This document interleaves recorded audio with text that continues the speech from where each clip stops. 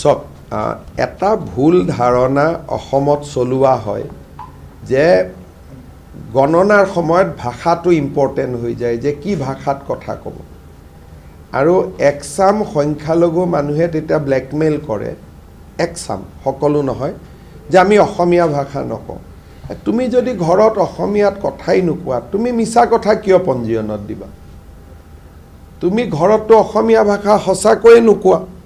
কি ভাষা কয়তো আমি টিভিত শুনিয়ে আছো গতিকে যদি ঘৰত তুমি বঙালী ভাষাত কথা পাতা তুমি পঞ্জীয়নত অসমীয়া ভাষাত কথা পাতা বুলি মিছা তথ্য কিয় দিবা কাৰণ পঞ্জীয়নত লোকপিয়লত মিছা তথ্য দিয়াটো অপৰাধ হয় আৰু আমাৰ মানুহেও বুজি পাব যে 70% চৰৰ মানুহে জুৱা পঞ্জীয়নতো মাতৃভাষা বঙালী বুলিয়ে লিখিছে তেওঁলোকে অসমীয়া বুলি কেতিয়াও লিখা নাই 30% অসমীয়া বুলি লিখে তাৰ ভিতৰত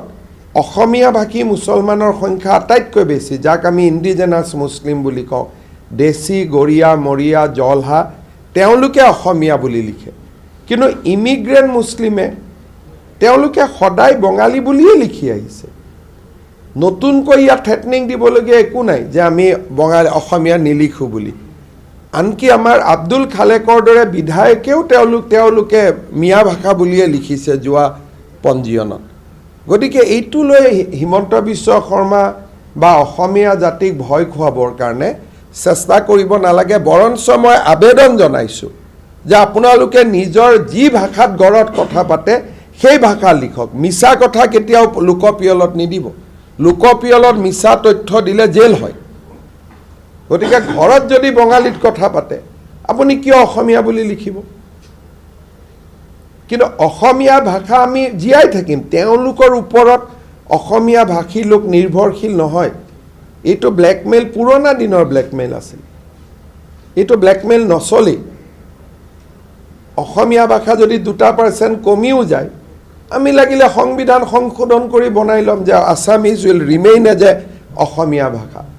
কিন্তু ই কি বুজাব যে তাৰমানে অসমত ইমান বাংলাদেশী সোমালে গন্তি কৰিব আমাক সুবিধাই দিয়া হ'ব তেতিয়া এনআৰচিৰ প্ৰয়োজনে নহ'ব বাংলাদেশী আমি গন্তিয়ে কৰিব পাৰিম গতিকে মোক যদি সুবিধা কৰি দিয়ক মই ধন্যবাদ জনাইছোঁ এবিএমচিক যে বাংলাদেশী কাউণ্ট কৰাৰ নতুন ৰাস্তা এটা দিব খুজিছে ভালে হ'ব এটোলৈ কি অসুবিধা আছে গতিকে এইবিলাক ভয় বিজেপি চৰকাৰে নাখায় হিমন্ত বিশ্ব শৰ্মাই নাখায় এভিকশন চলি আছে চলি থাকিব